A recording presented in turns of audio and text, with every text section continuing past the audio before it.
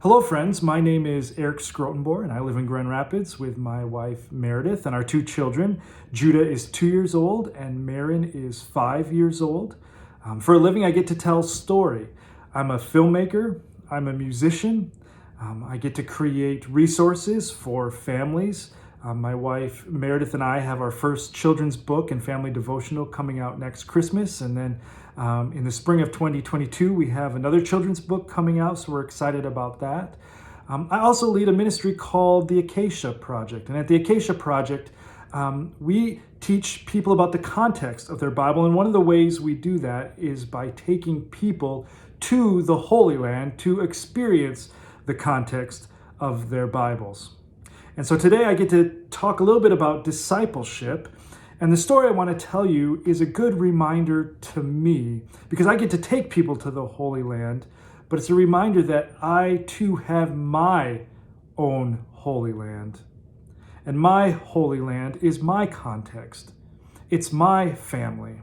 It's my kids. And so this story is about a man named John Muir. John Muir is the father of the national parks. He was an environmentalist, a naturalist, an author, and he spent a lot of time in nature. He spent a lot of time on the trail in the middle of the mountains. And someone once asked him, because they had heard that he didn't like the word hike. And so someone asked him about that, and this is what he said. Listen to his answer. He said, "I don't like either the word or the thing. People ought to saunter in the mountains, not hike." And for John, hikers are those who are concerned about where they are going.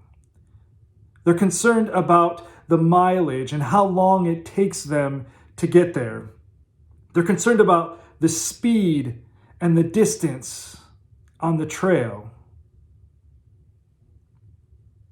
And I often think, I wonder how many times I find myself hiking through life. I'm a 3 on the Enneagram, and so I like to accomplish things. And I like to think about how I can accomplish something in the most efficient way and to the best of my abilities. And I think I'm often hiking and I'm not sauntering. Listen to what John says. He says this: "Do you know the origin of that word saunter? It's a beautiful word. Way back in the Middle Ages, people used to go on pilgrimages to the Holy Land, and when people in the villages through which they passed asked where they were going, they would reply, 'A la Sainte Terre,' to the Holy Land. And so they became known as Saunterers or saunterers. Now these mountains are our Holy Land, and we ought to saunter through them reverently, not hike through them." When I think about discipleship, I think about how important it is that we saunter instead of hike, especially with our own families. Because I often forget that my life may be the best interpretation of the gospel my kids will ever see.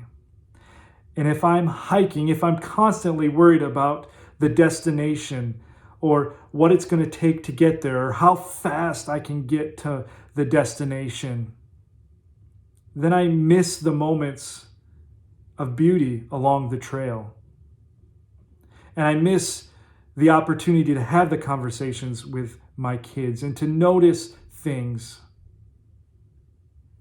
And so I want to encourage you in your context this week to stop and to pause and to maybe saunter instead of hike.